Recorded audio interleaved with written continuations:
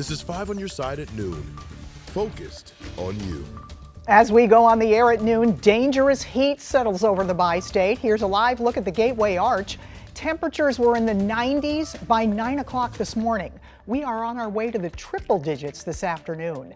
Thanks for being here. I'm Kay Quinn. The National Weather Service heat advisory has just gone into effect. You need to take steps to stay healthy in this weather, including spending at least a few hours a day in an air-conditioned environment. Let's get right to meteorologist Gary Frank. He's here with the latest conditions. Gary? Yeah, it's already warmed up into the upper 90s at this hour, and we still obviously have 3 to 4 more hours of peak heating of the day with the sun about as high as an angle as it's going to get right now, and not very much cloud cover. 97 in Berkeley, 96 in Forest Park, 99 Cahokia Heights. I mean, it is warming up significantly. When you factor in the humidity, it feels like it's around 105 to 106. That's the highest number we've got right now. This number continues to climb. That's how humid it is, and that's why we have that heat advisory in place until 8 o'clock. Now, this is what's eventually going to bring us some relief. It's this line of storms which has a history of creating damage in Michigan and areas in Wisconsin, but the storm will not look exactly like that. I do think that we'll start to see some lined segments of the storm, but notice this line here in Springfield that's kind of moving out. That's that gust front. That generally means this is weakening, so it's not going to look like this when it gets here, but it is going to leave boundaries like that and interact with this heat and humidity. So for this evening, I'm not expecting much. I think there may be a hit and miss storm as we work our way into the low 100s, but for the most part, it's probably dry this afternoon. However, we are going to see some things change, and that's when we see that potential for severe weather and a line of storms that looks similar to the one to the north. That's what I'll track for you and talk about some of the impacts and total rainfall ahead. All right, we'll see you in a few minutes. Thank you, Gary. The scorching summer heat now prompting first responders to take extra precautions to stay safe. Our Diamond Palmer spoke with crews at the St. Louis Fire Department to learn more about what they're doing in this dangerous weather.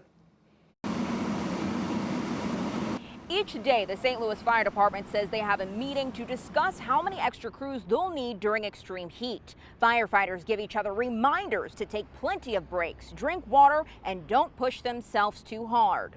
St. Louis Fire Department says during extreme heat, they have to listen to their bodies and watch out for each other.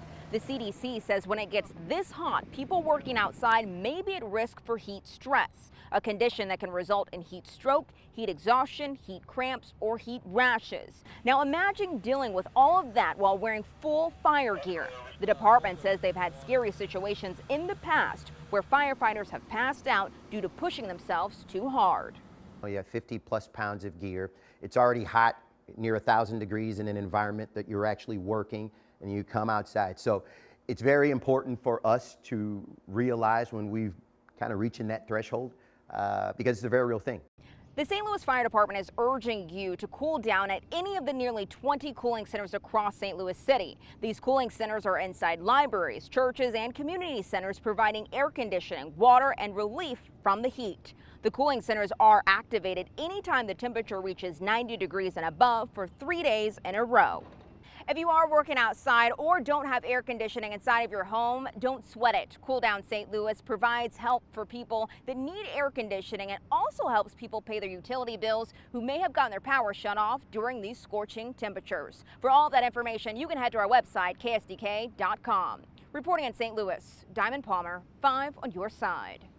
We can help you stay healthy in this weather. If you need to find a cooling center near you, text the word HEAT to 314-425-5355. We'll text you a map. An update now on that boil advisory issued for parts of southwest St. Louis County. The advisory has been lifted.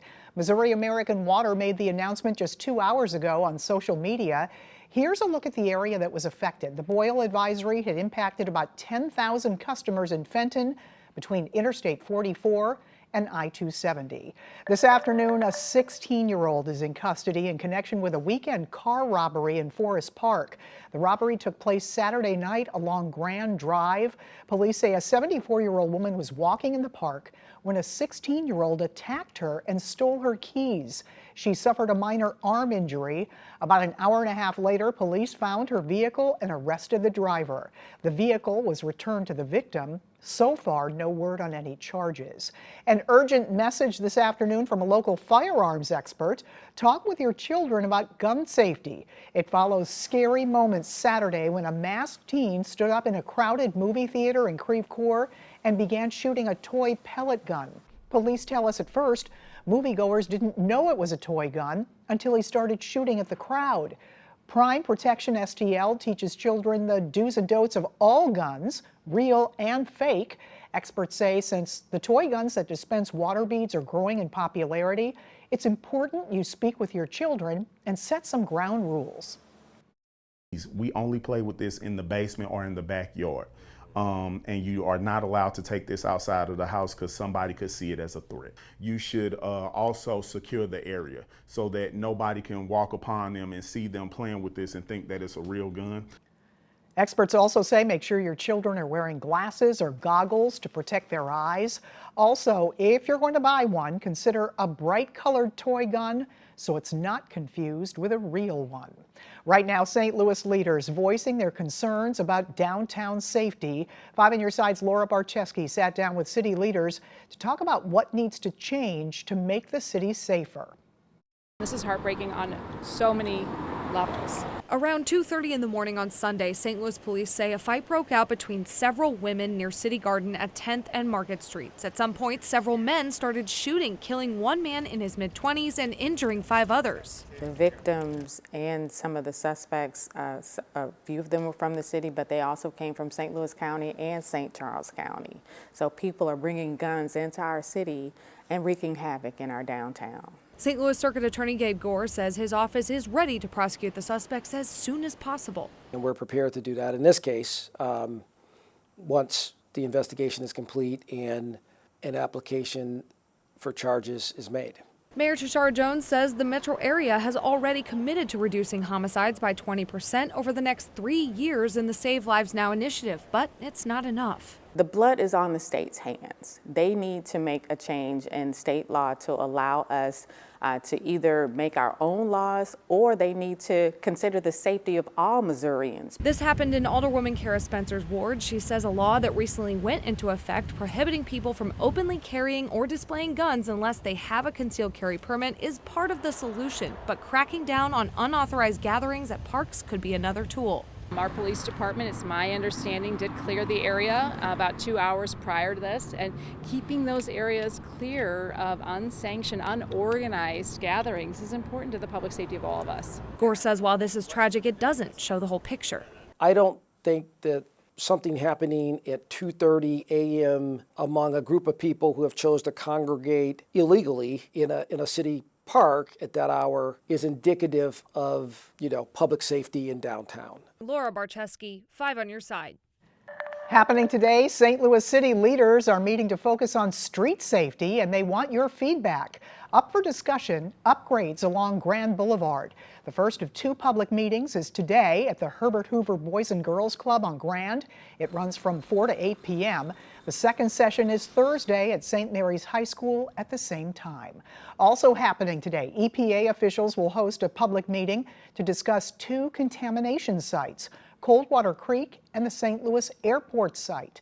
The meetings will help identify whether additional support is needed from the EPA. Today's meeting will be broken down into 2 sessions. Session 1 is from 3 to 4:30 p.m. Session 2 is from 7 to 8:30 p.m. Both will be held in the JFK Community Center on Howdershell Road in Florissant. An obstacle for President Biden's student loan relief plan. Ahead, the action the Missouri Attorney General is taking against it. Thinking about buying a car? You may want to tap the brakes for now. Coming up, which local dealers are impacted by a recent cyber attack?